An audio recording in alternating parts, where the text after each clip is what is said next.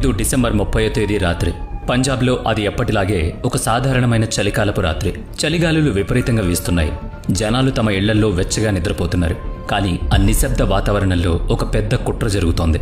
పాకిస్తాన్ నుంచి జైషే మహ్మద్ సంస్థకు చెందిన 4 ఉగ్రవాదులు బోర్డర్ దాటారు. వాళ్ళు భారీ ఆయుధాలతో పంజాబ్లోని పఠాన్కోట్లోకి ఎంటర్ అయ్యారు. ఈ ఉగ్రవాదులు చాలా తెలివిగా ఇండియన్ ఆర్మీ యూనిఫామ్ వేసుకున్నారు. వాళ్ళను చూస్తే ఎవరైనా సరే మన ఆర్మీ వాళ్లే అని మోసపోయే స్థితిలో ఉన్నారు. వీళ్ల ప్రధాన టార్గెట్ పఠాన్కోట్ ఎయిర్ బేస్. ఇది ఇండో పాక్ బోర్డర్ నుంచి సుమారుగా 30 కిలోమీటర్ల దూరంలో ఉంది. ఇండియాకి ఇది స్ట్రాటజిక్ పరంగా చాలా ఇంపార్టెంట్ ఎయిర్ బేస్. గతంలో పాకిస్తాన్పై జరిగిన 1965, 1971 యుద్ధాల్లో ఈ బేస్ కీలక పాత్ర పోషించింది. ఇక్కడ ఆత్మాహుతి దాడి చేయాలన్నది ఉగ్రవాదుల ప్లాన్. ఇక్కడ ఉన్న ఇండియన్ ఎయిర్ ఫోర్స్ ఫైటర్ జెట్స్ను డిస్ట్రాయ్ చేయాలని వాళ్ళు టార్గెట్గా పెట్టుకున్నారు. అక్కడికి చేరుకోవడానికి వాళ్ళకు ఒక కారు అవసరమైంది. అయితే అప్పటికే ఉదయం కావడంతో వెలుతురులో ప్రయాణించడం వాళ్లకు రిస్క్ అనిపించింది. అందుకే ఆ రోజంతా వాళ్ళు అడవుల్లో పొదల్లో దాక్కున్నారు. డిసెంబర్ 31వ తేదీ సాయంత్రం చీకటి పడగానే వాళ్ళు మళ్లీ వాళ్ళ నడక మొదలుపెట్టారు. జానియా రోడ్లో ఏదైనా వాహనం కోసం ఎదురు చూడడం మొదలుపెట్టారు. రాత్రి సుమారుగా 9:30 సమయంలో ఏకాగర్ సింగ్ అనే వ్యక్తి ఒక ఇన్నోవా కారులో అక్కడి నుంచి వెళుతున్నాడు. అది చూసిన ఉగ్రవాదులు ఆ కారును ఆపమని సిగ్నల్ ఇచ్చారు. వాళ్ళ ఆర్మీ డ్రెస్ చూసి ఏకాగర్ సింగ్ నిజంగానే ఫౌజీల్ అనుకున్నాడు. ఎలాంటి అనుమానం లేకుండా కారు ఆపాడు. కారు ఆగగానే ఉగ్రవాదులు అతని మొబైల్ లాక్కున్నారు.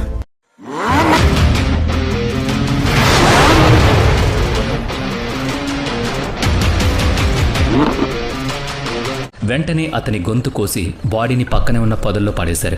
ఆ తర్వాత ఉగ్రవాదులు అక్కడి నుంచి కారులో చాలా స్పీడ్గా బయలుదేరారు. ఆ కంగారులో కారు కాస్త దూరం వెళ్ళగానే రావి నది బ్రిడ్జ్ దగ్గర పాడైపోయింది. చేసేదేం లేక వాళ్ళు ఆ ఇన్నోవాను అక్కడే వదిలేశారు. కొద్ది దూరం నడిచి వెళ్లి చెరుకు తోటల్లో దాక్కున్నారు. అక్కడి నుంచి వేరే వాహనం కోసం మళ్లీ ఎదురు చూడడం మొదలుపెట్టారు. రాత్రి 11 గంటల సమయంలో వాళ్ళకు ఒక మహీంద్రా XUV 500 కారు కనిపించింది. అది Punjab police SP Salwinder Singh car. ఆయన తన స్నేహితుడు రాజేష్ వర్మ, వంటవాడు మదన్ గోపాల్తో కలిసి ఒక దర్గాకు వెళ్లారు. అక్కడి నుంచి తిరిగి గురుదాస్పూర్ వెళుతుండగా ఈ సంఘటన జరిగింది. ఆ సమయంలో కారును రాజేష్ వర్మ నడుపుతున్నాడు. వాళ్ళు కొల్యన్ టర్నింగ్ దగ్గరకు రాగానే ఉగ్రవాదులు కారు నాపారు. వాళ్ళు కూడా ఆర్మీ డ్రెస్ చూసి మోసపోయి కారు ఆపారు. కారు ఆపగానే ఉగ్రవాదులు తమ రైఫిల్స్ బయటకు తీశారు. బలవంతంగా కారులోకి ఎక్కి ఎస్పీ సల్వీందర్ సింగ్ను, అతని 2 స్నేహితులను కట్టేశారు. వాళ్ళ మొబైల్స్ లాక్కుని అదే ఫోన్ నుంచి పాకిస్తాన్లో ఉన్న తమ లీడర్ కాషిఫ్ జాన్కు కాల్ చేశారు. తమ కరెంట్ లొకేషన్ వివరాలు చెప్పి తమకు కారు దొరికిందని, త్వరలోనే టార్గెట్ చేరుకుంటామని చెప్పారు. వాళ్ళు మాటిమాటికి ఎయిర్ ఫోర్స్ అనే పదాన్ని వాడుతున్నారు. దాన్ని బట్టి ఉగ్రవాదుల టార్గెట్ ఇండియన్ ఎయిర్ ఫోర్స్ అని బందీలుగా ఉన్న ముగ్గురికి అర్థమైపోయింది. దాని తర్వాత కారు కదలడం ప్రారంభించింది. కదులుతున్న కారులోని ఉగ్రవాదులు ఆ ముగ్గురిని లాక్లు, రైఫిల్ బట్లతో తీవ్రంగా కొట్టారు. ఆ తర్వాత గుల్పూర్ సిమ్లీ గ్రామం సమీపంలోని అటవీ ప్రాంతానికి చేరుకోగానే ఎస్పీ సల్వీందర్ సింగ్, వంటవాడు మదన్ గోపాల్ వాళ్ళిద్దరికీ కళ్లకు గంతలు కట్టి కదులుతున్న కారులోంచి కిందకి తోసేశారు. వాళ్ళు కిందకు తోసేసిన వాళ్లలో ఒక పోలీసు ఉన్నాడనే విషయం ఆ ఉగ్రవాదులకు అప్పటికి తెలియదు. కారు నడుపుతున్నది రాజేష్ వర్మ కాబట్టి కారు యజమాని అతడి అని భావించి ఉగ్రవాదులు అతన్ని తమతో పాటు తీసుకువెళ్లారు. కారు ముందుకు వెళ్లగానే సల్వీందర్ సింగ్, మదన్ గోపాల్ ఎలాగోలా చేతులు కట్లు విప్పుకుని కళ్లకు గంతలు తీసేసి గల్పూర్ సిమ్లీ గ్రామానికి చేరుకున్నారు. ఉగ్రవాదులు మాట్లాడుకున్న ఫోన్ సంభాషణను బట్టి ఆర్మీ డ్రెస్లో ఉన్న ఆ 4 పాకిస్తాన్ ఉగ్రవాదులని, ఏదో పెద్ద దాడి చేయాలని ప్లాన్ చేస్తున్నారని సల్వీందర్ సింగ్కు కన్ఫర్మ్ అయింది. అందుకే గ్రామంలోకి రాగానే ఒకరి ఫోన్ నుంచి గురుదాస్పూర్ పోలీస్ కంట్రోల్ రూమ్కి ఫోన్ చేసి విషయం చెప్పాడు. కానీ ఎవరూ ఆయన మాటలు నమ్మలేదు. తోటి పోలీసుల్లో సల్వీందర్ సింగ్పై పెద్దగా మంచి అభిప్రాయం లేదు. అందుకే ఆయన పార్టీకి వెళ్లి వస్తూ మత్తులో ఏవేవో మాట్లాడుతున్నాడని లైట్ తీసుకున్నారు. తనను ఎవరూ సీరియస్గా తీసుకోకపోవడంతో సల్వీందర్ సింగ్ తెల్లవారుజామున 3:20 గురుదాస్పూర్ SSPకి కాల్ చేసి అసలు విషయం చెప్పాడు. మరోవైపు ఉగ్రవాదులు రాజేష్ వర్మను విపరీతంగా కొడుతూ అతని ఫోన్ నుంచి పాకిస్తాన్లో ఉన్న తమ హ్యాండ్లర్స్తో టచ్లో ఉన్నారు. తీవ్రంగా గాయపడిన రాజేష్ను అది ఎవరి కారని అడిగినప్పుడు అది పంజాబ్ ఎస్పీ సల్వీందర్ సింగ్ కారని, ఆయన్నే వెనకాల పడేశారని చెప్పారు. ఆ విషయం విన్న హ్యాండ్లర్స్ కోపంతో రగిలిపోయారు. సల్వీందర్ సింగ్ పోలీస్ కాబట్టి అతను పై అధికారులకు చెబితే తమ ప్లాన్ అంతా మటాష్ అవుతుందని భయపడ్డారు. వెంటనే వెనక్కి వెళ్లి సల్వీందర్ సింగ్, మదన్ గోపాల్లను మళ్లీ పట్టుకోవాలని హ్యాండ్లర్స్ ఆర్డర్ వేశారు. కానీ ఉగ్రవాదులు వెనక్కి వెళ్లేసరికి వాళ్ళిద్దరూ ప్రాణాలు కాపాడుకుని అక్కడి నుంచి పారిపోయారు. ఆ ఇద్దరూ దొరక్కపోవడంతో ఉగ్రవాదులు తమ కోపాన్నంతా రాజేశ్వరం మీద చూపించారు. తెల్లవారుజామున సుమారు 4 గంటల సమయంలో అత్యంత దారుణంగా కత్తితో అతని గొంతు కోసేశారు. రాజేష్ కొద్దిసేపట్లోనే చనిపోయాడని భావించి కారులోంచి తీసి పక్కనే ఉన్న పొలాల్లోకి విసిరేశారు. ఆ తర్వాత ఉగ్రవాదులు కారులో తమ టార్గెట్ వైపు వెళుతున్నారు. కానీ తీవ్రంగా గాయపడిన రాజేష్ వర్మ ఎలాగోలా ప్రాణాలు కాపాడుకోవడానికి దగ్గరలోని అకాల్గఢ్ గ్రామానికి చేరుకున్నాడు. అక్కడి నుంచి అతన్ని ఆసుపత్రికి తరలించారు. అక్కడ అతను పోలీసులకు అంతా చెప్పాడు. ఈలోగా ఉగ్రవాదులు చంపేసిన ఏకాగర్ సింగ్ రాత్రి అయినా ఇంటికి రాకపోవడంతో ఆయన కుటుంబ సభ్యులు సమీపంలోని పోలీస్ స్టేషన్లో ఫిర్యాదు చేశారు. అటువైపు ఎస్పీ సల్వీందర్ సింగ్ కూడా పదే పై అధికారులను కాంటాక్ట్ చేసి ఉగ్రదాడి ముప్పు గురించి హెచ్చరిస్తూనే ఉన్నాడు. కొన్ని గంటల్లోనే ఒకే ప్రాంతంలో వరుసగా ఇలాంటి ఘటనలు జరగడంతో పోలీసులు అలర్ట్ అయ్యారు. ఆ తర్వాత పఠాన్కోట్ నుంచి ఢిల్లీ వరకు, జమ్మూ నుంచి ఉధంపూర్ వరకు, ఛత్తీస్గఢ్ నుంచి పంచకుల వరకు ఫోన్లు మోగుతూనే ఉన్నాయి. కొద్దిసేపటికే ఈ వార్త home ministry, defence ministry, prime ministry office కూడా చేరింది. National security guard, NSG elite కమాండోలు ఉండే మానేసర్కు కూడా వరుసగా కాల్స్ వెళ్లాయి. 2016 జనవరి 1న ప్రపంచం మొత్తం కొత్త సంవత్సరం వేడుకల్లో ఉంటే భారత అధికారులు మాత్రం ఉగ్రదాడి జరిగే అవకాశం ఉందన్న వార్తలతో ఆందోళనలో ఉన్నారు. అన్ని ఆఫీసుల్లో టెన్షన్ వాతావరణం నెలకొంది. వెంటనే దేశంలోని అన్ని సెక్యూరిటీ ఫోర్సెస్, ఇంటెలిజెన్స్ ఏజెన్సీలను హై అలర్ట్లో ఉంచారు. ఆర్మీ, పోలీసులు బలగాలు కలిసి క్విక్ రియాక్షన్ టీమ్స్ను సిద్ధం చేశాయి. వాళ్ళు వెతికినప్పుడు ఏకాగర్ సింగ్ కారు, అతడి డెడ్ బాడీ దొరికాయి. ఆ తర్వాత కొన్ని గంటల్లోనే SP Salwinder Singh Mahindra XUV car కూడా దొరికింది. అది పఠాన్కోట్ ఎయిర్ బేస్కు కేవలం 500 మీటర్ల దూరంలో వదిలేయబడింది. సల్వీందర్ సింగ్ ఇచ్చిన వివరాలు, అతని కార్ పఠాన్కోట్ ఎయిర్ బేస్ దగ్గర దొరకడంతో ఉగ్రవాదుల టార్గెట్ ఆ ఎయిర్ బేస్ అని స్పష్టమైంది. అదే సమయంలో ఉగ్రవాదుల దగ్గర ఉన్న ఎస్పీ సల్వీందర్, రాజేష్ ఫోన్లను ఇంటెలిజెన్స్ ఏజెన్సీలు నిరంతరం ట్రేస్ చేస్తూనే ఉన్నాయి. ఒక కాల్లో ఉగ్రవాదులు తమ హ్యాండ్లర్స్తో మాట్లాడుతున్నది ఇంటెలిజెన్స్ వాళ్లు విన్నారు. త్వరగా టార్గెట్ దగ్గరకు వెళ్లి ప్లేన్స్, హెలికాప్టర్లను పేల్చేయమని హ్యాండ్లర్స్ వాళ్లకు చెబుతున్నారు. అంటే దేశంలోకి ఉగ్రవాదులు వచ్చారని, వాళ్ళ టార్గెట్ ఏంటో కూడా అధికారులకు క్లియర్గా తెలుస్తోంది. కానీ ఆశ్చర్యకరమైన విషయం ఏంటంటే ఇంత తెలిసిన తర్వాత కూడా ఉగ్రవాదులు పఠాన్కోట్ ఎయిర్ బేస్లోకి సక్సెస్ఫుల్గా ఎంటర్ అయ్యారు. అక్కడ కొన్ని రోజుల పాటు వాళ్ళు సృష్టించిన విధ్వంసం దేశం, ప్రపంచం దృష్టిని ఆకర్షించింది. ఇప్పుడు మీడియాలో పఠాన్కోట్ ఎయిర్ బేస్ అటాక్ గురించి వార్తలు వస్తున్నాయి. పఠాన్కోట్ ఎయిర్ బేస్లో జరిగిన ఉగ్రదాడి ఆపరేషన్ 62 గంటలు గడిచినా ఇంకా కొనసాగుతోంది. కనీసం 4 ఉగ్రవాదులను భద్రతా బలగాలు మట్టుబెట్టాయని, 3 సెక్యూరిటీ సిబ్బంది ప్రాణాలు కోల్పోయారని వార్తలొచ్చాయి. ఆపరేషన్ సమయంలో బాంబులు డిఫ్యూజ్ చేస్తుండగా ఎన్ఎస్జీకి చెందిన లెఫ్టినెంట్ కర్నల్ నిరంజన్ ప్రాణాలు కోల్పోయారు.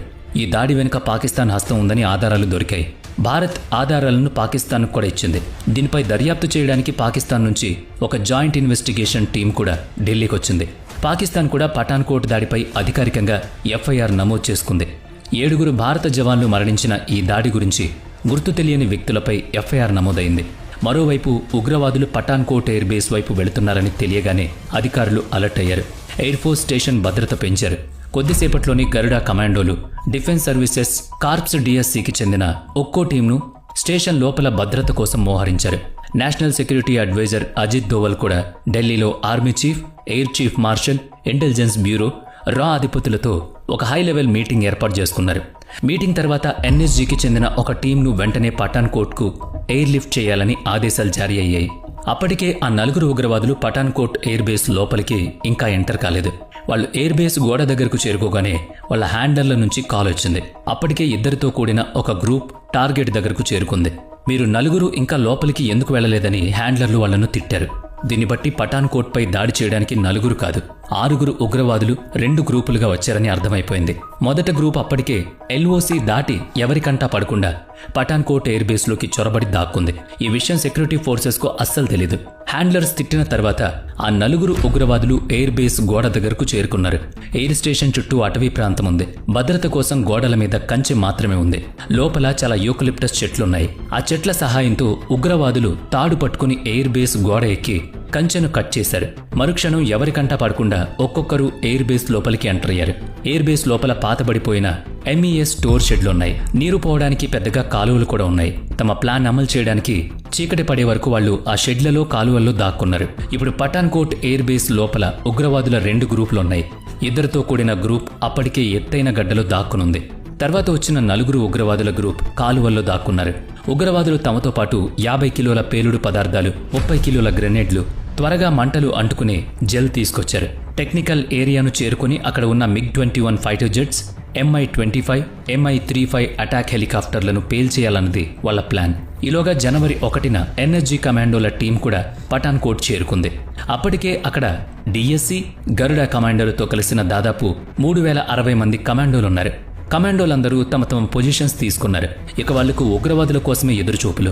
వాళ్లను మట్టుబెట్టి భారత సరిహద్దులోకి ఎవరైనా తప్పుడు ఉద్దేశంతో వస్తే ప్రాణాలు మిగలవని తెలియజేయడం ఒక్కటే మిగిలింది.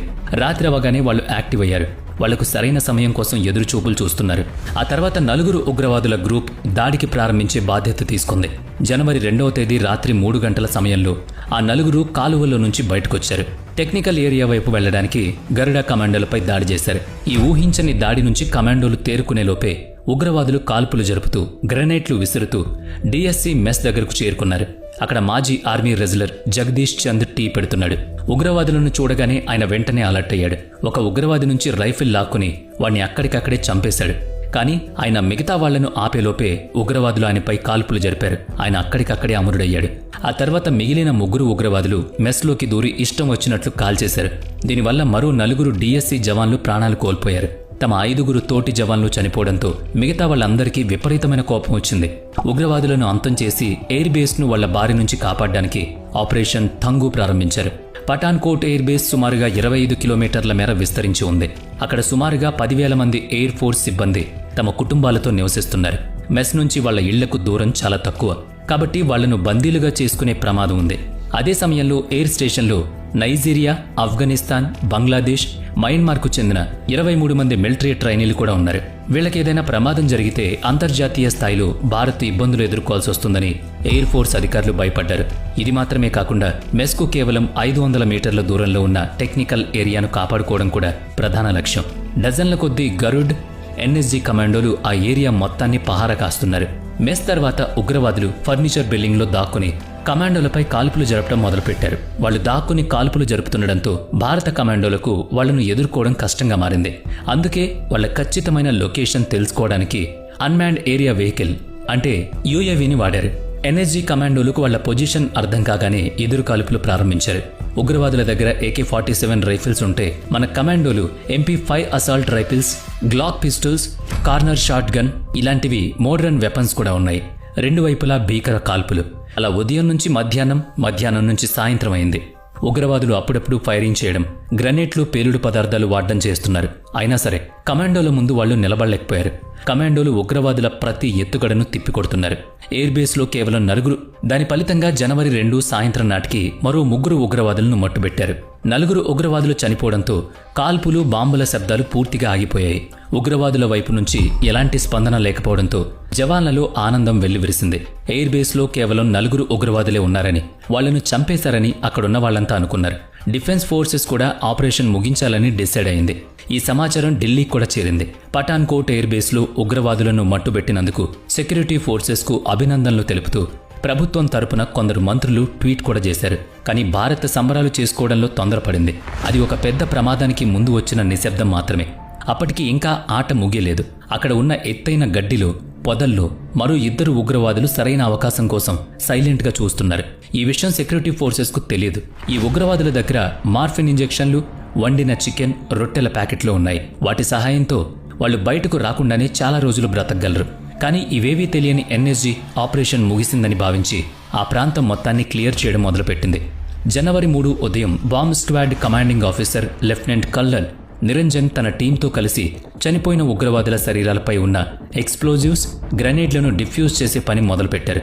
కొద్దిసేపట్లోనే ఆ పని పూర్తయింది. కానీ లెఫ్టినెంట్ కల్నల్ నిరంజన్ 4వ ఉగ్రవాది శరీరంపై ఉన్న బాంబును డిఫ్యూజ్ చేయడానికి ప్రయత్నించగానే అది బ్లాస్ట్ అయింది. ఆయన బుల్లెట్ ప్రూఫ్ జాకెట్ వేసుకున్నా సరే ఆ పేలుడు తీవ్రత ఎక్కువగా ఉండడం వల్ల ఆయన ప్రాణాలు దక్కలేదు. ఆ పేలుడులో మరో 5 కూడా గాయపడ్డారు. లెఫ్టినెంట్ కల్నల్ నిరంజన్ అమరుడవడంతో పఠాన్కోట్ ఎయిర్ బేస్ మళ్లీ ఉలిక్కిపడింది.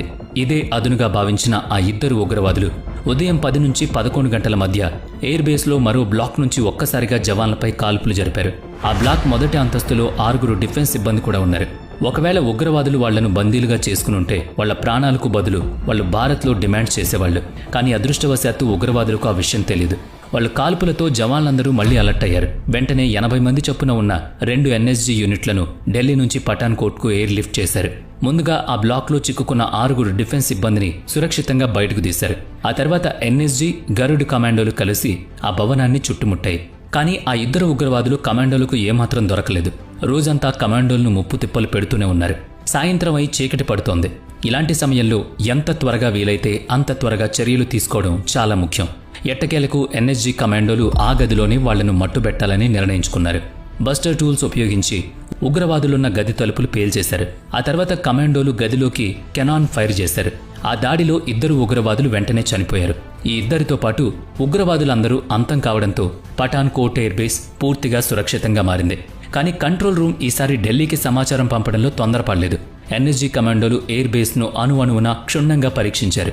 ఎన్నో గంటల పాటు సర్చ్ చేసిన తర్వాత అంతా సురక్షితంగా ఉందని నిర్ధారించుకున్నారు. చివరికి జనవరి 5వ తేదీ మధ్యాహ్నం ఆపరేషన్ ముగించారు. 6 ఉగ్రవాదులను మట్టుబెట్టి టెక్నికల్ ఏరియాను సురక్షితంగా ఉంచి భారత్ వల్ల ప్లాన్ను ఫెయిల్ చేసింది నిజమే. కానీ దీనికోసం దేశానికి చెందిన 7 జవాన్లు ప్రాణత్యాగం చేయాల్సొచ్చింది. వీరిలో గరుడ్ కమాండో గుర్సేవక్ సింగ్ కూడా ఒకరు. ఆయనకు వివాహమై కేవలం 45 రోజులు మాత్రమే అయింది. కాబట్టి సెక్యూరిటీ ఏజెన్సీలు సకాలంలో ప్రమాదాన్ని గుర్తించుంటే, సమాచారం అందిన వెంటనే అలాగే వేగంగా చర్యలు కూడా తీసుకునుంటే ఇంత విషమ పరిస్థితి వచ్చేది కాదేమో.